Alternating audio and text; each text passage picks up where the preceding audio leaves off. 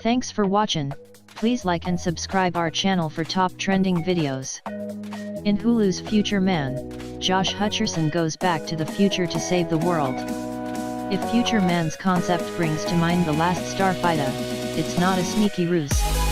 In the Hulu comedy, all 13 episodes available Tuesday, you're supposed to think of the 1984 sci-fi film supplemented by a plentiful supply of gross-out jokes when watching ordinary janitor and talented video gamer Josh Futturman, Josh Hutcherson, The Hunger Games, try to save humanity after he's selected by fantasy characters from the future. But a well-meaning, not exactly formidable young man is hardly the superhero the game warriors Tiger, Eliza Coupe, and Wolf, Derek Wilson, expect when they meet Josh, the winner of a devilishly difficult video game that also serves as savior detector. The closest thing he has to a superpower is an expansive knowledge of pop culture that lets him fashion solutions to time-traveling conundrums and other sci-fi challenges by relying on his recall of Back to the Future, Terminator 2, Quantum Leap and other seminal projects. His knowledge of tropes, how things traditionally would go in these scenarios in movies and television shows, is a very active conversation as they are trying to decide what to do, says executive producer Seth Rogen. Sometimes that helps, sometimes it doesn't, Hutcherson adds. Future Man also toys with TV and film conventions as Josh's father, Gabe, Ed Begley Jr., and mother, Diane, the late Glenn Headley, forego nagging to praise and pamper their underachieving son. Rogen and longtime producing partner Evan Goldberg share Josh's passion for pop culture, as is evident from their films, including This Is the End and Superbad. Rogen credits Kevin Smith's 1994 film Clerks for providing them with youthful inspiration.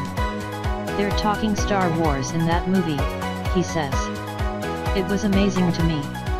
The overflowing basket of Easter eggs serves as more than just nerd-friendly name-dropping.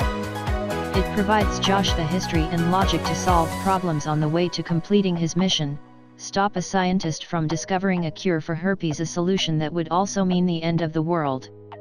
One of the best things the show does is take things that seem like jokes and make them into important plot points," Rogen says. "Such knowing references anchor some pretty weird subject matter, and so does Hutcherson.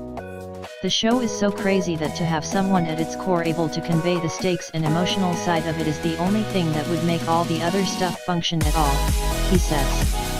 Hutcherson, who resembles Back to the Future's Michael J. Fox, imagines Josh as overwhelmed after being sucked into Future Man's incredible world, but having the wherewithal to succeed. He has a hard time adjusting to the reality he's been smacked in the face with. "He's bewildered," he says. "But he's actually very intelligent. He comes up with intricate plans in high-pressure moments."